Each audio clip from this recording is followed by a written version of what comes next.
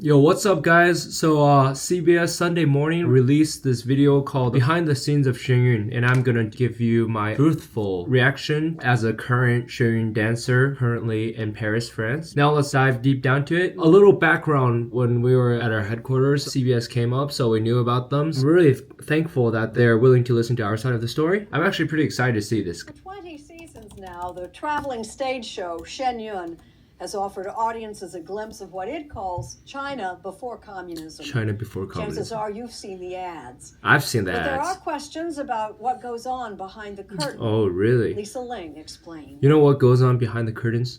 Hard work and dedication. That's what goes on. Deep in the woods of New York, behind guarded gates, lies a vision. The armed guards are there to protect us, okay? They're very nice people. Our spiritual group is under persecution by the CCP. We've been threatened. We have death threats. Bus tires get slashed. Bomb threats. When it's the government doing that, it's not something to joke around. And we still need to protect ourselves. 400 acres where faith and art share the same stage. It is the creative center of Shen Yun, the epic stage production of Chinese history. That's right. Epic. Legends, and politics.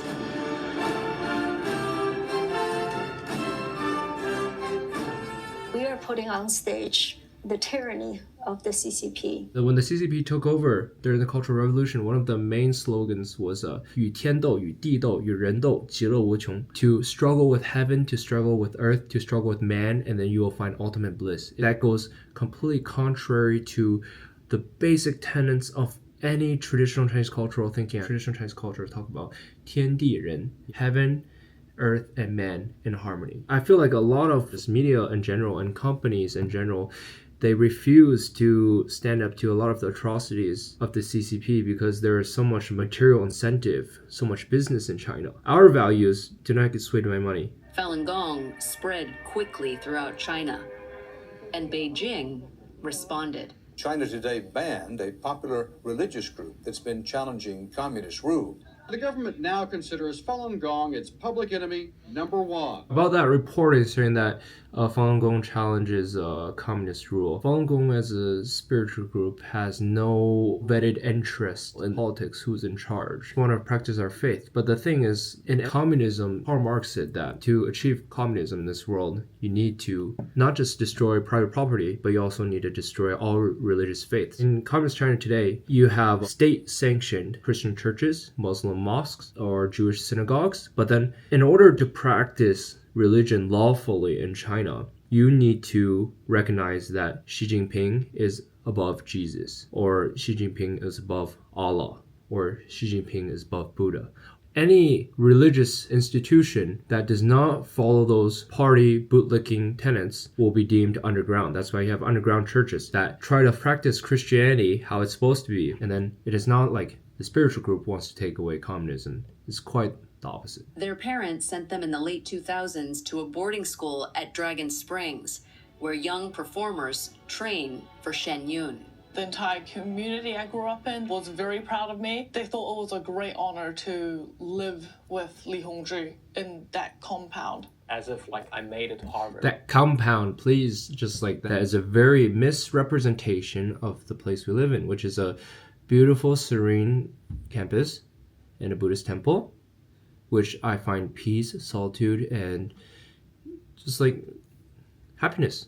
What were you told about having any contact with the world outside of Dragon Springs? If our parents asked any questions, we had to tell them that we were happy, that master, which is Li Hongzhi, was taking great care of us. I've never, ever been instructed on what to say to my parents, what not to say to my parents. The only thing I've been instructed about is just not to reveal what the next year's program is before we go on tour, because it's supposed to be a surprise. We pull off a new show every year, so we just try to keep it within. I've never been instructed to tell my parents that I'm extremely happy here, or that Li Hongzhi is taking care of me. That's like, no one has ever instructed me to do that. I don't know where she's coming from. Maybe her experience was horrible. But then some of it I feel like is full on just like made up. The body, they say, would bear its own. I mean, we're part of a prestigious elite dance institution. We're part of Shen Yun Performing Arts, the #1 currently touring dance companies that does Chinese classical dance, like top notch in this world. Okay, so we have extremely high standards with how together we are in our dance. Of course, body shape. You ask any professional dancer and you tell me that body shape does not matter. We don't body shame people, but to be able to be in this prestigious group, you need to keep under a certain weight. But then it's just to complain about that is like, you sign up for this. Like, what do you expect? It doesn't matter if you're in the arts, you're in the athletics, you're in business. There are high standards for what you do if you want to be top of the line. And if you don't, I'm sorry, but then if you're not on par, it's just, there's standards, okay? And to complain about that is just, My entire inside of my legs, both legs. I did this for my Instagram reel. Once again, that awkward position with two people pushing his legs to the side. I mean, that's just for dancers. I'm very sorry if that was the most amount of pain you ever experienced, but that is just a very basic stretch that dancers do. It's just, you need side split flexibility. And it's what he's saying, like he got internal bleeding, he got bruising. If the instructor was doing that, then that defeats the whole purpose of stretching, which is to make you flexible. Is it painful? Of course it's painful. Ask any professional dancer, ask them if stretching is painful or not. They're definitely going to say it's going to be painful. It's just part of dance. You want to be a marathon runner. Is running going to be tiring? Of course running is going to be tiring. But you chose to be a marathon runner, you're a dancer, then you got to stretch and it's going to be painful, okay? The instructor always makes sure that it's in a range of motion where it's beneficial to your flexibility, where you don't get injured, because if you get injured, you get more stiff. Your muscles stiffen up, your muscles and tendons stiffen up, which completely defeats the entire purpose of stretching. I could explain my elementary school PE class in this way and make it sound like it's torturous, like it's abusive, but to do this is very unethical, it's untruthful, and pure baloney. Did you ever tell your instructors about your injuries? Yeah, I did. And I was faced with the eye roll. Maybe that was her experience. Let me tell you my experience. My experience, whenever I feel like I'm not, maybe if I injured somewhere or I'm not feeling too well somewhere, maybe I pulled a muscle or something, I tell the dance instructor, and then the dance instructor puts me on the bench, tells me to go take a rest. Before last year's touring season, I pulled my groin muscle. I wanted, it's like, maybe I could just tough it out, just keep going. But then I was specifically instructed by my dance instructor, by my company manager, to chill out and take a rest. And then back in 2018, I was warming up on stage in Sydney, Australia. I was doing a round-off and I ruptured my Achilles tendon. Afterwards, they got me on a plane. I went back to the United States and I did Achilles reconstruction surgery. And if you want proof, here's my scar. Okay, you see? So all that about like not getting no like medical help is just, I don't know what their motives are. Yeah. Sad, sickening, untruthful. Any injury that you have, if you mention that you want to go to the hospital or if you wanted help, it will be denied and it will be quickly, It got denied, eh? So if she says she asked for medical help, it got denied. Well, let me go back to my Achilles rupture story, okay? After I ruptured my Achilles in Sydney, Australia, the company found not just one, the company found two doctors without me asking for it, okay? The company found it themselves. Like within 20 minutes of my injury, the doctors were there. And then the general advice I got was just to get Achilles reconstruction surgery. So I told my company manager, and then she got me on a plane, and then I went back to the United States, and I got surgery. And I was never discouraged at all. Like no one told me not to get surgery, not to just follow the medical procedure. That's what she experienced, but not what I experienced. associated to you got injured because you disobeyed Li Hongzhi. Well, that was your fault. bull. It is your fault. In 2015, they were kicked out of Shen Yun. I've never heard anyone say that you got injured because you disobeyed Li Hongzhi. Like I never, ever heard that before. Okay, that is, yeah. Do you believe the Chinese government is behind these lawsuits? These lawsuits emerged at a time when Beijing escalated its global campaign against Shen Yun. It's really hard to see it as a mere coincidence. And just this month, the Chinese embassy called Shen Yun a cult's propaganda, using culture as a cover to deliver indoctrination.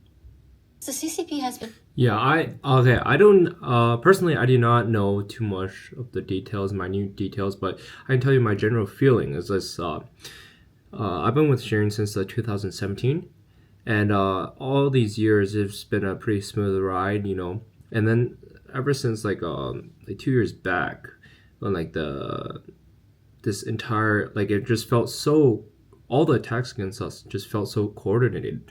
Like, it came like firepower after firepower against us. Like, how come? And then like Jeff Sun, the accuser, of us, he's been silent. He has been gone from Shen Yun for over like 10 years, probably 10 years. And then he didn't say anything for 10 years, and all of a sudden now he's speaking out. And then it's just like it's in coordination with like the New York Times articles, all the different media attacks. And it's just like, for me, it felt really coordinated and very like backed up by the Chinese Communist Party.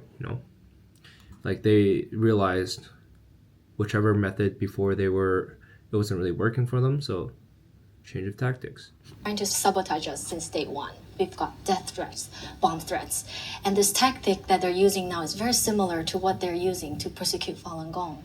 Shen Yun company members Regina Dong, Shindy Kai, and Peter Huang were also sent as teenagers to Dragon Springs. Do you feel like your parents pressured you in any way to come here? Not at all. Now, if they came and tried to drag me away, I wouldn't go. Do you feel like you have... Yeah, my parents do not pressure me in any way whatsoever. Like, my free own will, okay? I'm American. I do what I want to do.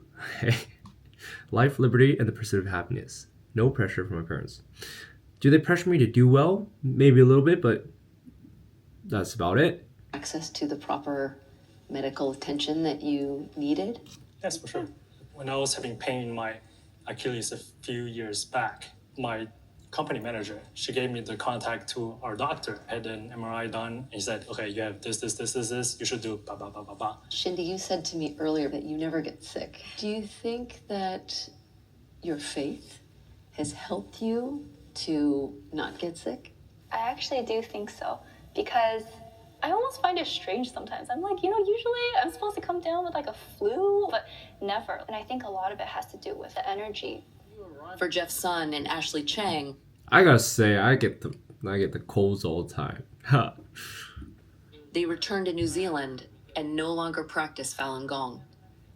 The Falun Gong describe you as disgruntled performers. How do you respond to that? I have a response for this. Yes, we are disgruntled. What happened to us was not our fault. We were children, and we've been living with the shame. And I don't want to live with it for the rest. Why do you call it a shame? You were in a prestigious, top-notch dance academy. What shame is that? If there's shame in you not making the cut, okay, maybe that's a little shameful, but not everyone makes the cut, okay?